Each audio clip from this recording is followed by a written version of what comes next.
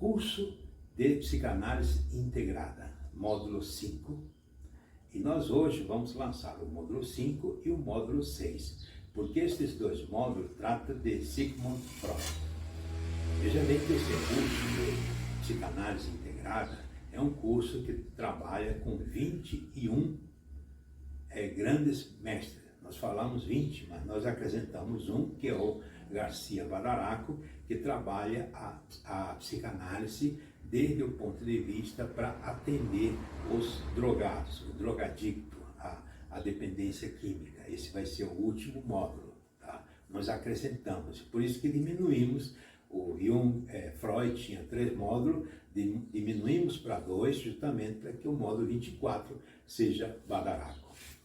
Eu acredito que com 2 módulos podemos falar de Freud, até porque existe um curso de psicanálise clínica somente de Jung, de Freud, de 24 módulos que você pode adquirir, está no YouTube. Os vídeos são grátis e você pode solicitar sem nenhum problema. Este curso de psicanálise integrada, ele custa somente R$ 25 por cada módulo. Você recebe o em PDF. Quando você completar os 24, você vai receber o certificado de psicanalista clínico ou psicanalista integrado, ou da forma que você quiser. Também você pode receber o certificado de pós-graduação em psicanálise, desde que contribua com mais um outro tanto. E você deve contribuir pelo Pixfone 6198-340-6632 e enviar para o Zap 6198-340-6632. Esses 2 módulos de Jung, de Freud, de Freud, que é o módulo 5, é um vídeo que já foi gravado há 10 anos atrás. Então, estou fazendo uma introdução, eu vou juntar com o vídeo da parte de Freud, que é a primeira parte, que é a introdução e algumas questões de Freud. E por isso chama-se Sigmund Freud, parte 1, que é o módulo 5. Então, esse curso, eu já disse, é psicanálise integrada em 24 módulos e 24 vídeos, tá? Você pode, tem toda a teoria, tem toda a técnica, e trabalha com 21 grandes mestres. Nós já falamos sobre Breuer, Charcot, Adler, agora estamos falando de Freud, vamos falar de Sandor Ferenczi, vamos falar de William Reich, vamos falar de Lacan, vamos falar de Badaraco, Bion, Winnicott, vamos falar de todos os grandes mestres psicanalistas que fizeram a história da psicanálise. Este é um curso completo, tá? Eu estou lançando esses 2 vídeos porque eu vou viajar, tá? Na terça-feira estarei viajando nos Estados Unidos para contato com a psicanálise e por isso eu estou adiantando, né? Vai ficar uma semana sem a postagem do módulo. Na semana seguinte já estarei aqui e estarei lançando o vídeo. Então, hoje estou lançando o módulo 5 e eu vou lançar também o módulo 6, que já será pela semana seguinte, semana que vem. Depois, a outra semana, não terá e assim por diante. Então, é só R$ 25, você contribui e você estará formado nessa parte. O módulo 5 trata justamente desse vídeo que eu coloquei aqui, que vai à continuação. É vídeo que foi gravado há 10 anos atrás. Eu já disse de Sigmund Freud, a parte 1. Ok? São os 2 módulos que vão tratar sobre Freud. Seja terapeuta, seja psicanalista, ajude-se a si mesmo e ajude os outros. Mais para frente nós encontramos, já em 1925, encontramos o surgimento da psicanálise infantil. Isso também é uma outra coisa que nós vamos estudar. Eu coloquei aqui Anna Freud, colado com Freud, mas Melanie Klein separado. Porque Melanie Klein estudou a psicanálise, sabia tudo da psicanálise, usou todos os termos da psicanálise e criou a psicanálise infantil. Pegou a teoria de Freud e fez Download, sei lá, tem um outro nome aí. Mas ele reciclou e criou a psicanálise infantil. Freud quase teve um ataque cardíaco e Anna Freud então sai em defesa criando a psicanálise infantil a nível freudiano. Então surge as duas psicanálises infantis, né? Uma de Melanie Klein e Anna Freud, que hoje a gente mistura os dois e nós vamos estudar num dos módulos adiante. A outra questão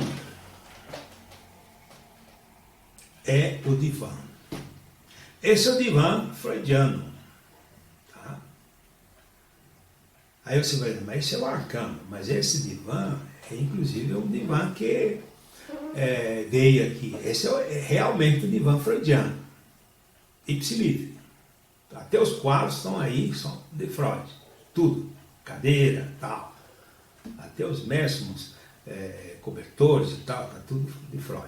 Essa exposição veio no Brasil, veio para Rio de Janeiro, São Paulo, Brasília, né? Eu não cheguei a ver, mas veio e você vê que era realmente uma cama.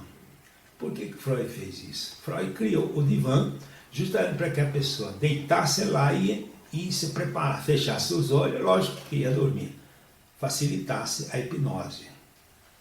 Quando ele abandonou a hipnose, Freud escreve num dos seus livros de que ele manteve o divã como um elemento símbolo da psicanálise. Manteve o divã. Eu diria que, na realidade, Freud exilou a hipnose, mas a hipnose não saiu dele. Porque num dos escritos dele, Freud chega a dizer que a associação livre, que seria a grande descoberta freudiana, que na realidade nós vamos perceber que não foi ele que descobriu, porque naquela época havia uma filosofia na Inglaterra chamada associacionismo, defendido por Bacon e outros mestres da filosofia, de como surgiam as ideias na mente humana. Essa filosofia associacionista tinha uma filial, vamos chamar assim, uma ala francesa. E essa ala francesa foi quem influenciou Freud para criar a associação livre.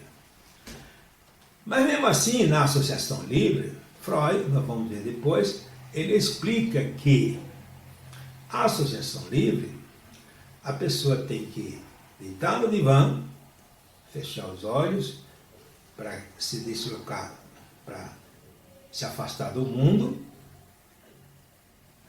mas não entrar no estado de hipnose. Mas é lógico que o primeiro elemento da hipnose é você deitar no divã e fechar os olhos.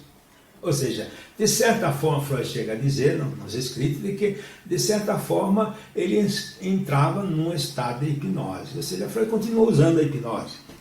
Não com esse nome, naturalmente. Mas tudo bem.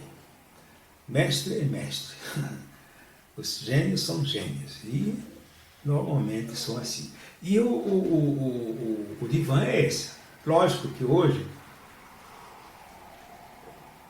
você vai ver divã de tudo quanto é jeito. Divã tão sofisticado que é muito interessante. Mas é interessante que esse divã, 1930, eu gosto dessa data, 1930, quando Melanie Klein, aliás não Melanie Klein, o Karen Horney e Erich Fromm, que eram alemães e eram freudianos ortodoxos, fugiram da Alemanha e vieram para os Estados Unidos e encontraram em 1930, um ano depois do crash, encontraram os Estados Unidos num mundo novo, em que tudo virava pelo avesso. Coisa diferente da Alemanha, que nada mudava. Então, quando chega aos Estados Unidos, eles percebem que o modo de vida, o life americano, era totalmente diferente. A primeira coisa que fez foi mudar o sistema do divã. E a partir de então, os psicanalistas, tem até um filme, que o camarada se senta na escada e o paciente ao lado dele e conversa. Ou seja, também é psicanálise. Então, veja bem, a psicanálise é muito ampla, ela não tem limites. Você faz a sua psicanálise, como diz Lacan. Lacan foi um gênio. Ele não se preocupava com o divã. Tinha o seu divã, mas ele podia falar. Ele chegou a fazer psicanálise de 3 minutos num corredor, em pé. Então, essa questão é muito relativa com relação à questão do divã como símbolo e como elemento fundamental da psicanálise. Muito bem. Então vamos ver aqui a estrutura de Freud, da neurose. Estamos chegando no fim. Tá? Nós estamos chegando no fim. Mas ainda falta 1 hora. Interessante, eu falei 2 horas, mas falta 2 horas. Mas nós vamos voltar, né? Porque, na realidade, nós vamos voltar um pouco para a gente analisar outras questões, tá? Para completar as 2 horas. Eu disse 2 horas. Tá? É claro que eu desenvolvi toda a história da psicanálise. Mas eu vou me deter um pouco sobre esse aqui, que é uma estrutura da neurose de Freud. A máquina, diríamos assim, psicanalítica de Freud, é uma coisa muito simples, que é muito mais complicado quando você mexe com Lacan ou mexe com Jung. Porque Freud, a estrutura é simples, muito simples. Essa estrutura aqui, ela faz parte da teoria psicanalítica de Freud. Toda a teoria psicanalítica de Freud é isso aqui. Alguns elementos nós podemos acrescentar, mas basicamente é isso aqui. Primeiro, nós temos 1, 2, 3, que é justamente a infância. Tudo acontece na infância. Todos os problemas humanos é da infância. Toda a desgraça humana é da infância. Todos os traumas vêm da infância. A neurose que aparece no ser humano aos 20, 30, 40, 50 anos vem da infância. Essa é a teoria de Freud.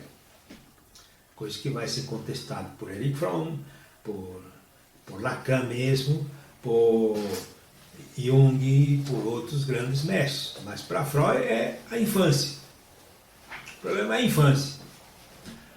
E na infância acontecem 3 elementos. 3 elementos. Quais são os 3 elementos? O trauma psíquico infantil. 2. A repressão. E 3. Trauma psíquico infantil em estado inconsciente. Vou analisar cada um deles. Depois nós vamos lá para frente. Primeiro, os traumas psíquicos infantis. O que são? O trauma é qualquer coisa que acontece na infância, desde 1 ano até os 12, mais ou menos na teoria de Freud.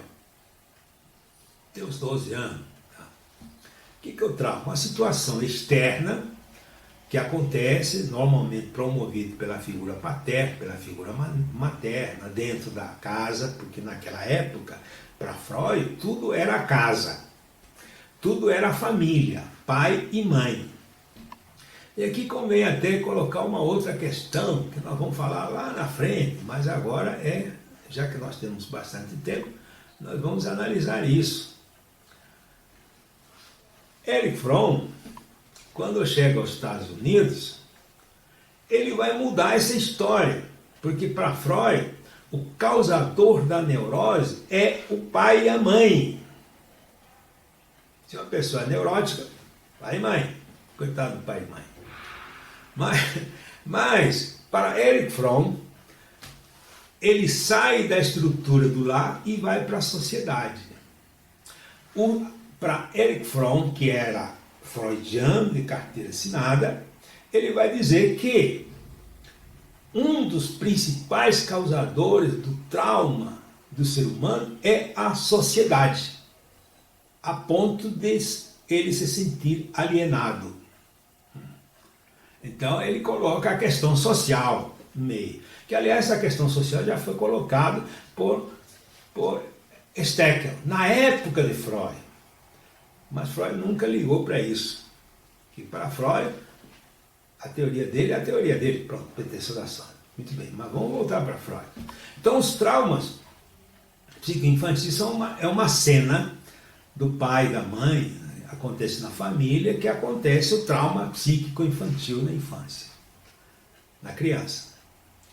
Como é que a criança reage diante desse trauma? Por exemplo, a mãe, o pai briga com a mãe, ou o pai briga com ele, ou alguma situação dessa. O pai é um ditador, o pai sei lá o que e tal. O beberrão, alguma coisa assim. A criança não pode reagir. Ele não tem capacidade de reação. Meu amigo, você está com 35 anos, 40 anos, sei lá. Diante de uma situação, acontece uma cena traumática, tá? Você não vai se traumatizar, porque você tem um mecanismo de defesa muito bem preparado. Você vai dizer, não, isso não é comigo. Mas para a criança, ele vai colocar para dentro. Aí é que está. Ele reprime. O que é repressão? Repressão é pegar aquela cena, aquelas emoções que acontecem com relação a uma situação e você joga para dentro. Joga para dentro da sua cabeça. Como se você participasse daquele trauma, mas não é. Se você fosse adulto, não era seu problema. Isso é a repressão. Ele reprime para dentro de si. Ao reprimir, vai para o inconsciente. No inconsciente, ele vai para o estado inconsciente. Aí entra a história do inconsciente. Por enquanto nós estamos falando só inconsciente. Quando chegar a Jung, nós vamos chegar inconsciente pessoal e inconsciente coletivo. Para Freud só tem um inconsciente. Então, vai para o inconsciente e sai da consciência. Se o pai bateu nele, xingou ele, no dia seguinte a criança está no colo do pai. Mas aquele trauma foi para o inconsciente. E ficou no inconsciente. Ficou como se fosse uma bolha energética. Eu gosto dessa palavra. Uma bolha energética. E vai, ao longo desse estado inconsciente, é como se fosse um túnel da história, a nível inconsciente, até uma determinada idade. Nessa idade, ou seja, chega aos 18 anos, 20, 25 anos, começa aqueles traumas a ter influência no presente. Veja bem, o trauma está aqui no inconsciente. Está aqui no inconsciente. Como está no inconsciente, ele começa a acessar alguns elementos da consciência. E Freud diz, num dos seus escritos, que esses traumas diminuem a capacidade do consciente. Por isso que eu coloquei aqui com a mesma cor daqui e aqui. É como se você, vamos imaginar, você tem 100% da sua consciência, 30% é trauma. Então você já não conta mais com 100%. É uma ideia que eu estou passando para você entender a história. Então, a sua consciência está com problema. Não é 100%. Ou seja, está na sua consciência, que vem do inconsciente, que vem do passado, que vem da sua infância e que, inclusive, aparecem sintomas e vai influenciar as suas decisões. Em lugar de fazer isso, você vai fazer aquilo. A sua consciência diria Freud, já não assume um ato volitivo espontâneo seu, mas um ato volitivo influenciado pelo trauma. Então não é mais você que está agindo. Também não é o trauma, mas você age influenciado pelo trauma. Perfeito? Então, o indivíduo, para ser pleno, ele precisa resolver esses traumas. Claro que existem casos em que esses traumas são tão fortes, são tão complicados, e são vários traumas, que essa figura aqui é capaz de ser 80% da consciência. E ele não consegue agir. Ele não consegue decidir. Eu tenho pacientes que me perguntam, professor, e aí, o que eu faço? Ora essa. Ué, ele que tem que saber o que vai fazer. É como se ele quisesse que eu diga o que ele tem que fazer. Por quê? Porque os traumas é tão grande, entre aspas, eu não estou falando de topografia, de ser grande ou pequeno, mas o trauma é tão forte que evita ele tomar decisões, ou cria nele uma incapacidade para decidir, ou para optar, ou para fazer a coisa certa, ou faz coisa que não deve, daí vem o ato falho. O ato falho é fruto do trauma. Pois é, então, Freud, no início, achava então que tinha que fazer a limpeza do chaminé. Ele tinha que fazer a limpeza do chaminé. O chaminé tinha que estar livre de poeira, de sujeira, sei lá, de fuligem, para que ele pudesse respirar, pudesse ter uma vida plena. Tá? Esses sintomas acontecem especificamente na consciência. E uma coisa interessante, nós estamos falando ainda disso aqui, depois nós vamos falar de outras coisas, tem muita coisa aqui. Isso é o módulo 1. Freud, inclusive, por causa disso, porque ele achava, eu acho que não foi ele que fez esse desenho, é lógico. Pelo tamanho desse trauma aqui, ele achava até que, se fosse analisar o indivíduo durante 5 anos, 1 ano, 2 anos, 3 anos, 4 anos, 5 anos, e através analisar, podia descobrir todos esses traumas e tirar todos esses traumas e ele ficaria bom. Só que Freud nunca chegou a isso. Em 1910, em 1912, 15, Freud chega à conclusão de que não vai tirar. Aliás, é interessante, Erich Fromm faz uma análise, uma crítica. Veja bem, Erich Fromm era psicanalista, filósofo também, mas ele começou como psicanalista e era filósofo. Erich Fromm disse que Freud foi traído pelos seus discípulos, porque Freud achava que podia curar o ser humano dos transtornos mentais neuróticos. E ele estava indo no caminho certo. Só que quando chega a 1910, os próprios discípulos, tinha que ser sempre os discípulos, né? Influenciaram Freud que não tinha como resolver isso. E Freud então muda essa posição de curador de transtornos neuróticos como alguém que pode se ajeitar com as suas neuroses e viver melhor.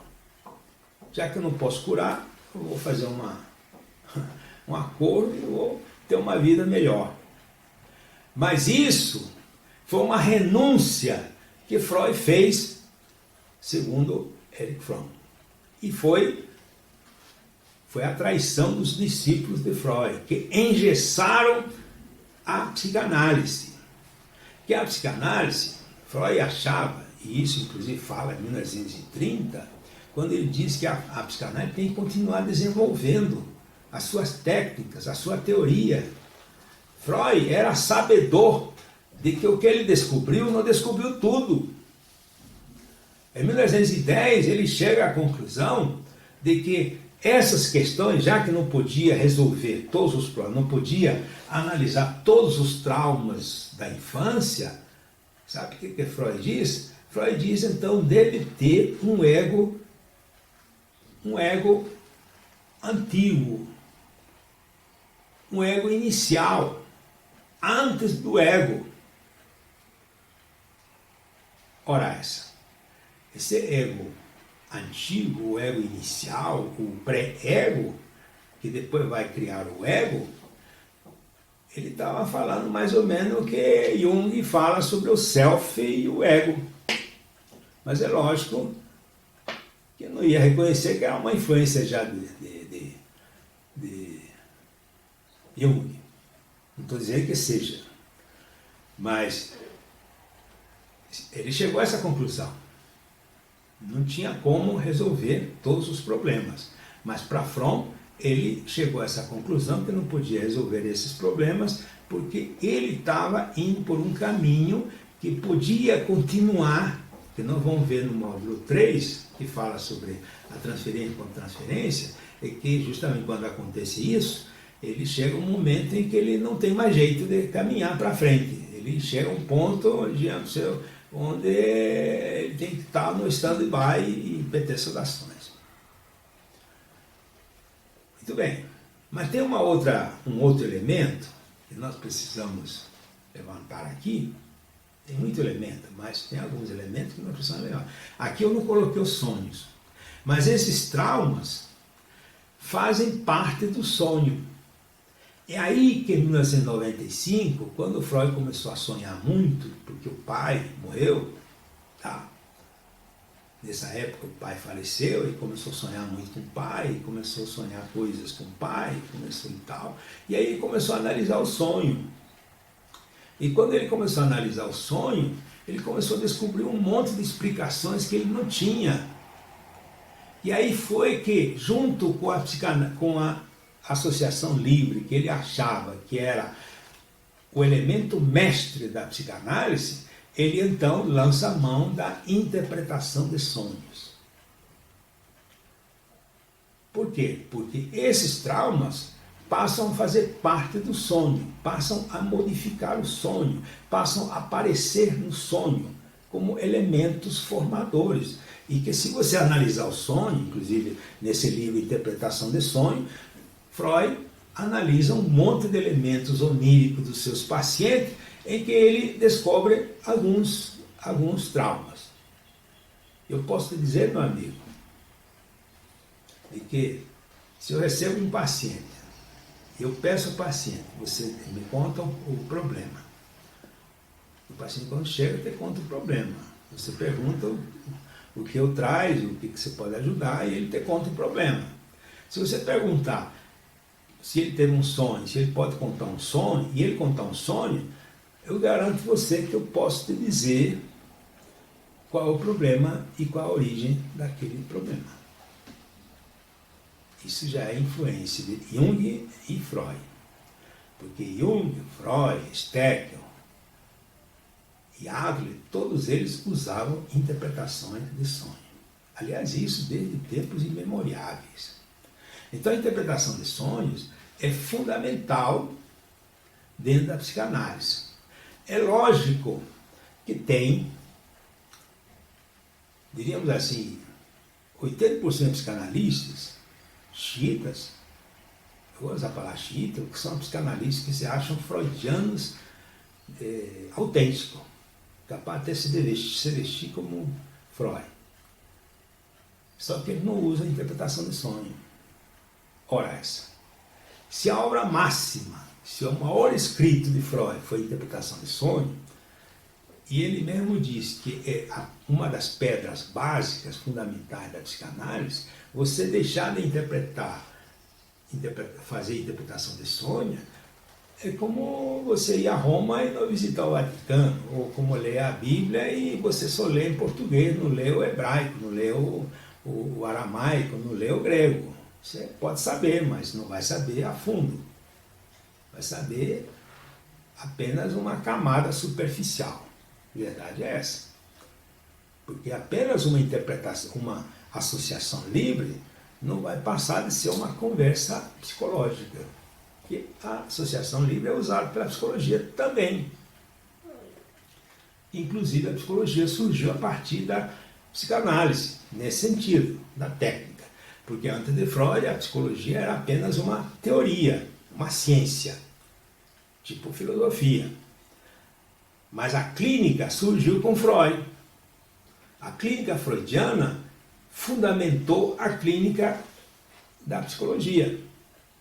Então, a estrutura da psicologia é a associação livre também, a conversa. Só que a associação livre freudiana tem alguns elementos necessários, porque na estrutura da psicologia, a associação livre seria para você resolver um problema. Já na estrutura da psicanálise, seria para você buscar elementos inconscientes que saem pela palavra para você encontrar a razão que está lá no inconsciente profundo.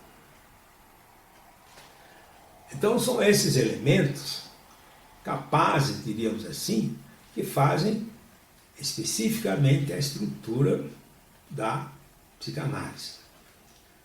Mas já que temos ainda tempo, eu gostaria de fazer algumas análises que eu achei que não ia completar em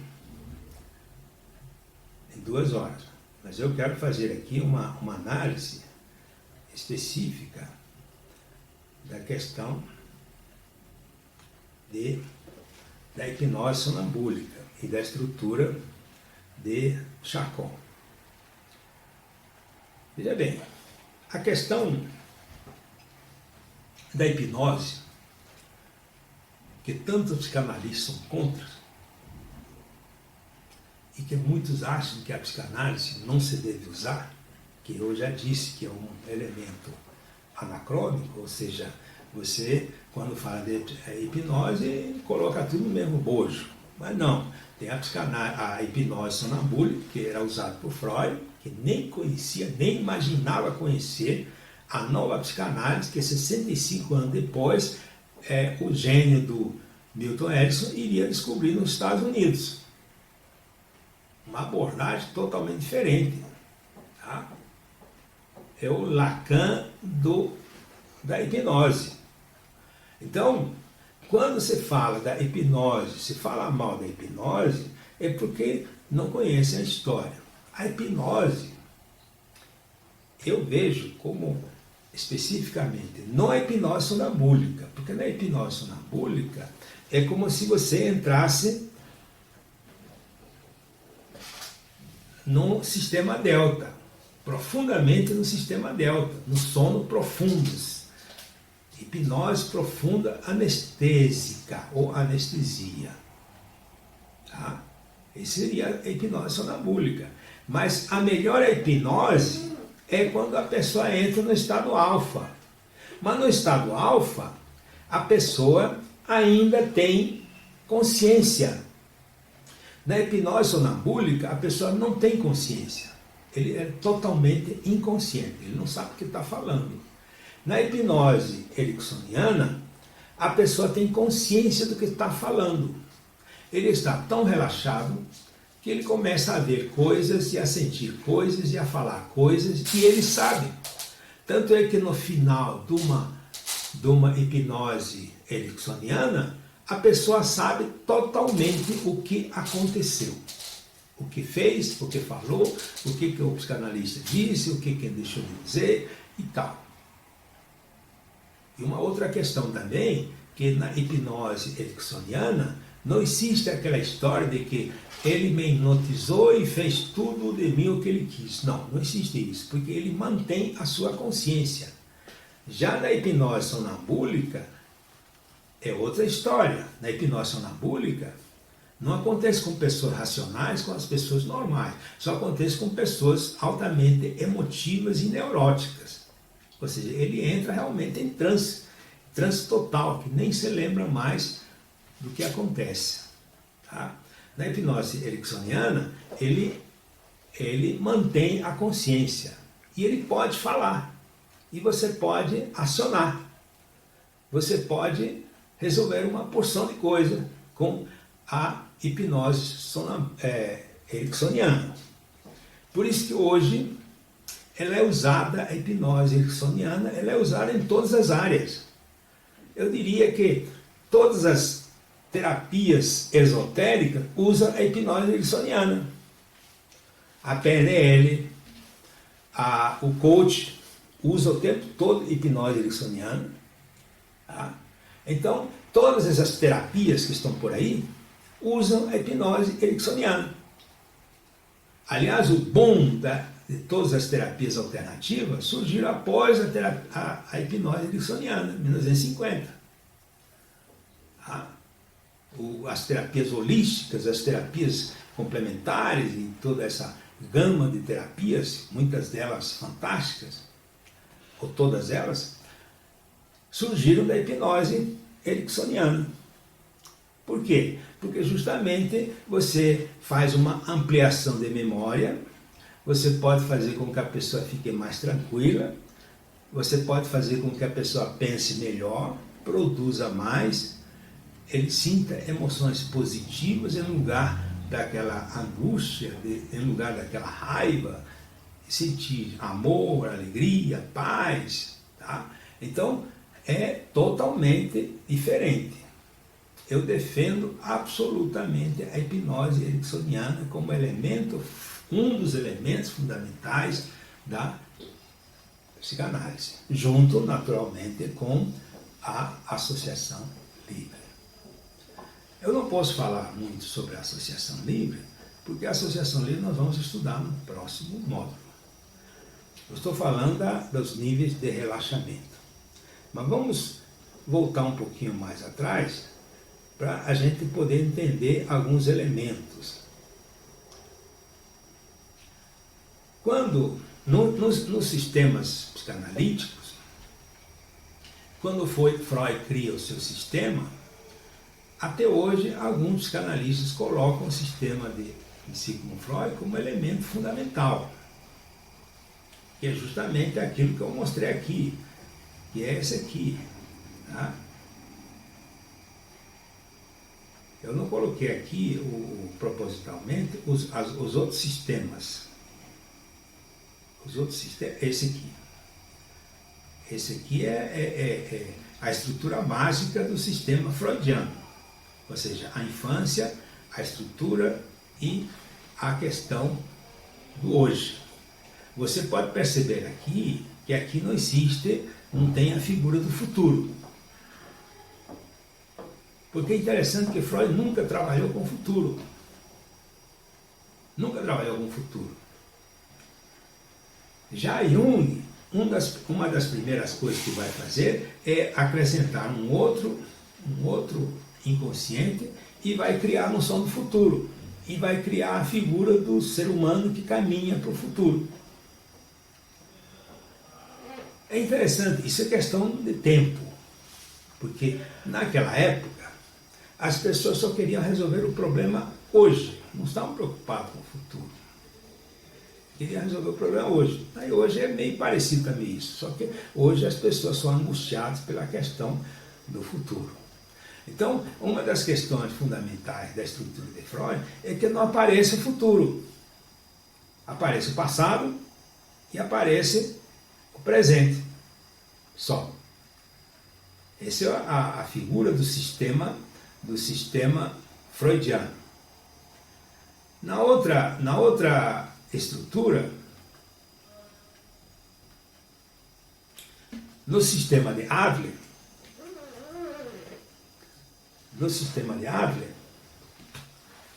aparece já o futuro. É interessante. O futuro como elemento que cria neurose. Ou seja, o futuro cria neurose. Você vai achar estranho, mas nós vamos, quando a gente for analisar Adler, você vai entender. Tá?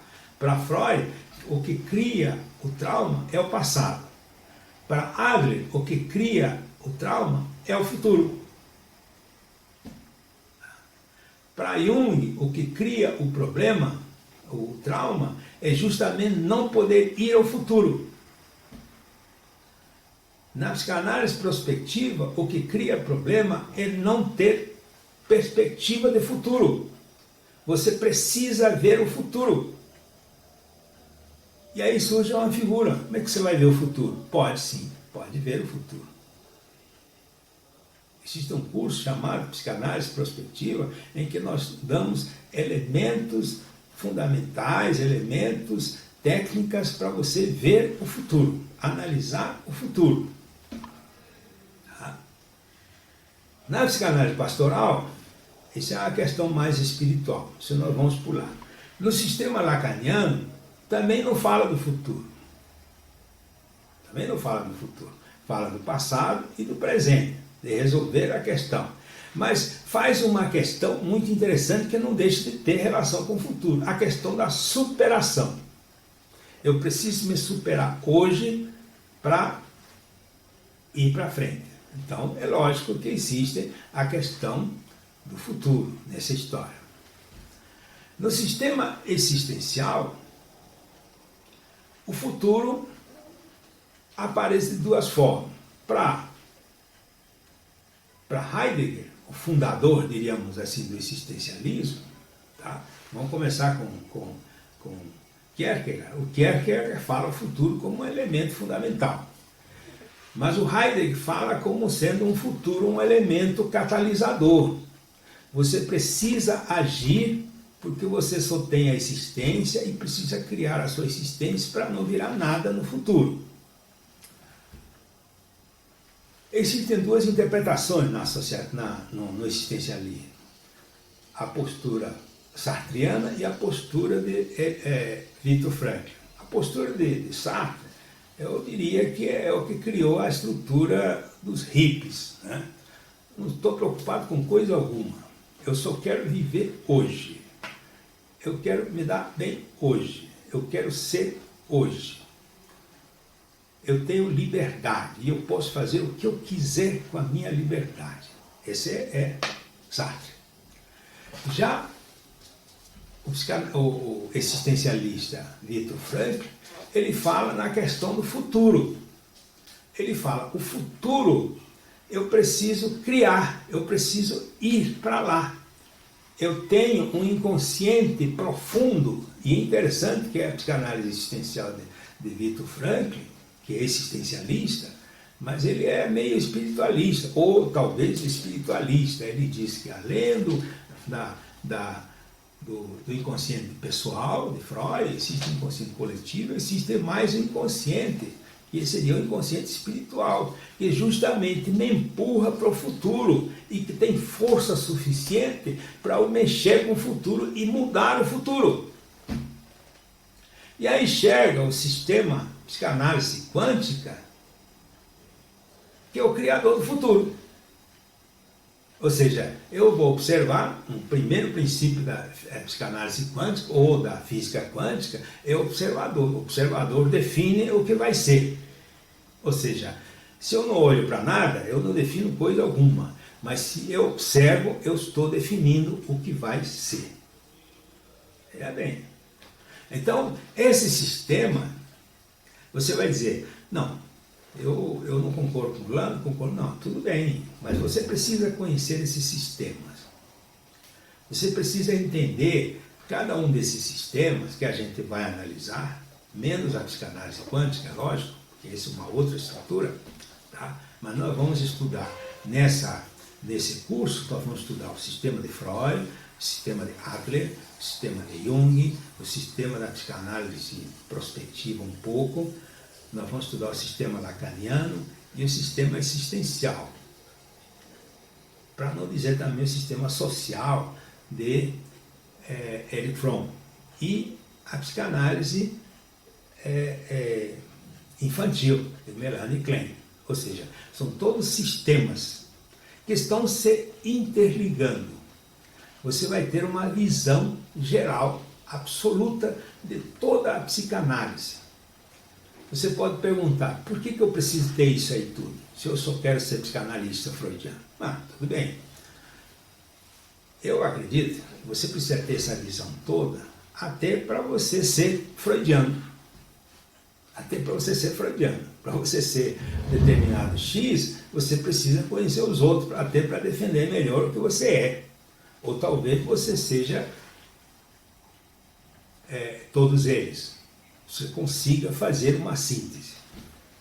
A minha postura pessoal é de que o indivíduo precisa não somente conhecer isso aqui, como conhecer a filosofia, conhecer a física quântica, conhecer a alquimia, que muita gente tem pavor a isso, tá? Conhecer todos eles, porque todos eles fazem parte do inconsciente. O que seria a filosofia se não fosse o inconsciente? De onde surgiu? É do inconsciente. Schopenhauer, por exemplo, se você ler Schopenhauer, Arthur Schopenhauer, você vai descobrir que não existem ideias que não tenham raízes no profundo do nosso inconsciente. Aliás, Schopenhauer fundamentou Freud. Eu acho que o único filósofo que mais leu, ele, lógico, deve ter lido os outros, mas que influenciou Freud foi Schopenhauer. Ele diz, fundamentalmente, surge lá do inconsciente profundo, as ideias que nós temos agora. Então, veja bem, todos eles, a filosofia, a própria teologia, de onde surgiu? Do inconsciente. A análise do inconsciente. O coach surgiu da psicanálise. E todas as teorias, todas essas terapias, de todos esses RH da vida, surgem da psicanálise. O PNL surgiu de Milton Erickson, e Milton Erickson era psicanalista. Interessante que se você fizer uma síntese, tá? O ideal seria isso, e eu aconselho que você faça isso, tá? Você conhecer todos eles. Conhecer todos eles, profundamente. E aí você toma partida. E, aliás, nesse instante, você vai poder ouvir o seu paciente de uma forma diferente. Não como leite de Procusto. Não sei se você conhece a história do leite de Procusto, da antiga Grécia. Havia um ser, naturalmente psicótico, né? Procusto, que tinha uma cama de ferro, de madeira, sei lá o quê, e quando as pessoas passavam, mandava aquela pessoa deitar, e se ele era mais curto do que a cama, ele puxava a perna dele até dar na cama, lógico, matava o cara. Se ele passava a cama, ele cortava a perna para entrar na cama, também matava o cara. Ou seja, você não pode usar a psicanálise como um leito de Procusto, ou seja, todos os pacientes que vêm, você encaixa dentro da sua teoria. Não. Eu acho que devia ser o contrário. O que seria o contrário? Você conhecer todas as teorias, conhecer todos os elementos, ouvir o paciente, tá? E de acordo com o seu paciente, você chegar à conclusão. No caso dele, eu vou usar um pouco de Freud, depois vou para Jung, depois vou para Lacan, vou para Adler, vou para a psicanálise existencial, porque os problemas deles são, você não sabe quais são, mas são diferentes. O próprio Freud, em 1915, chega a dizer que ele tinha analisado mais de 5.000 pacientes e que jamais tinha descoberto duas histórias semelhantes. Duas histórias semelhantes, pode, mas duas histórias iguais. Nós todos somos diferentes. Nós sabemos disso. E cada um tem a sua própria psicanálise. Assim como o psicanalista também tem. Aliás, semana passada estive no Rio, lecionando a psicanálise e explicando uma determinada situação para umas alunas. Um outro psicanalista que tinha me levado para dar essa aula, ele disse, não, a minha interpretação é diferente dele, pode falar o dele, o seu mesmo, porque aí eu pedi para ele, não, interprete para ele. Aí ele disse, não, interprete para você, que a minha interpretação é diferente. Isso é psicanálise. Se nós temos 10 psicanalistas analisando um problema, cada um deles interpretaria de uma forma diferente. Aliás, para terminar, esta fala. Vou lhe contar uma história que aconteceu em 1912,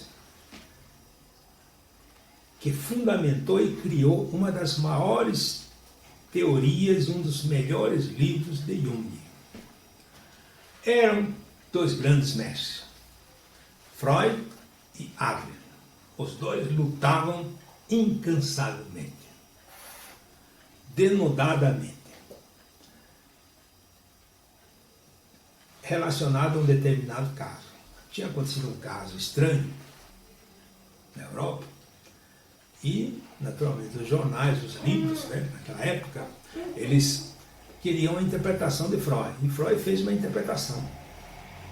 Bateu certinho. Deu uma explicação lógica, fundamental. Foram também perguntar para Adler.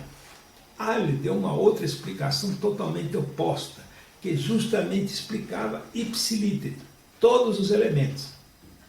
Conclusão, as duas interpretações interpretavam perfeitamente aquela história daquela senhora. E aí o impasse. Houve a torcida de Freud, houve a torcida de Adler. Os dois eram famosos. Até que em 1912, Jung foi procurado. Jung então passou uma noite em claro, escrevendo um livro, analisando as duas interpretações, tanto de Freud como de Adler. E sabe o que ele escreveu? Escreveu os tipos psicológicos, um dos maiores livros dele. Por quê? Ele chegou à conclusão de que Freud, tá? Nós temos a pessoa que está do lado de fora, né? O extrovertido, e a pessoa introvertida.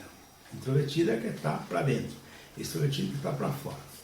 Ele interpretou como Freud, fazendo uma interpretação extrovertida, e Adler fez uma interpretação introvertida. E ele criou as duas atitudes e os tipos psicológicos. Os dois estavam certos, só que Freud estava fazendo uma interpretação extrovertida e Adler estava fazendo uma interpretação introvertida. Ou seja, o sim e o não. Só que nós estamos, meu amigo, na época da física quântica, que não existe nem o sim nem o não. Existem sim, não sim, N elementos, N possibilidades. Então você pode não só ter duas interpretações, como pode ter várias interpretações com relação ao mesmo caso. A questão não é você interpretar. Eu vou fazer uma pequena crítica, mas não uma crítica destrutiva, uma crítica construtiva. A psicologia, quase toda semana, está criando um novo termo de um transtorno mental. Né? TAG, TOC, não sei o quê, não sei o quê, não sei o quê. Mas tudo bem, são transtornos de determinadas situações. Só que não cria a solução, só analisa e diz, né? Esse é o síndrome, sei lá de quê, ela é síndrome de tal coisa, síndrome de tal coisa, síndrome de tal, transtorno não sei o quê, transtorno não sei o quê. Está errado, não está certo. Codificou. Só que, tudo bem, você codifica, e daí? Você não está resolvendo coisa alguma. Porque quando vai resolver, manda para o psiquiatra. O psiquiatra não parte do princípio da síndrome que a psicologia fala. Parte do princípio da psiquiatria, que é a farmacologia. Vai lhe dar Rivotril e por aí afora. Pronto, resolveu os problemas. Olha bem, a psicanálise, meu amigo, ele não codifica coisa alguma. Uma coisa precisa ser dita antes que você comece, nesse primeiro módulo, se quiser ser psicanalista. Jamais julgue. Jamais diga, essa pessoa é esquizofrênica, essa pessoa é psicótica, essa pessoa é neurótica. Não, ele tem um problema. Você é convidado por aquela pessoa a resolver um problema, seja lá o que for. Agora, se você não dá conta, manda para o psicanalista, para o psicólogo, o psiquiatra, mas você vai tratar a pessoa como pessoa e vai resolver tendo os elementos da psicanálise ao seu dispor para você resolver a grande questão que está diante de você. Muito bem. Eu acredito que, diante disso, esse primeiro módulo está bastante bem desenvolvido para que você entenda a história e a estrutura da psicanálise e o que pode fazer a psicanálise. Isso é preciso. Uma outra coisa, o psicanalista não deve jamais fazer nenhum parecer. O psicanalista é um psicanalista. Ele é um analista. Ele só analisa. Tá? Já me perguntaram se o psicanalista pode fazer parecer. Não, não pode. Não deve. Nem que haja reconhecimento da psicanálise, coisa que nunca vai haver, e torço para que não haja. Eu digo por quê? Porque o dia que for oficializada a psicanálise vai parar de crescer. Coisa que Freud era contra. Freud sempre foi contra que a psicanálise fosse estudada nas faculdades, porque as faculdades engessariam a estrutura da psicanálise. A psicanálise tem que ser livre. Ele estuda o inconsciente. E o inconsciente jamais você vai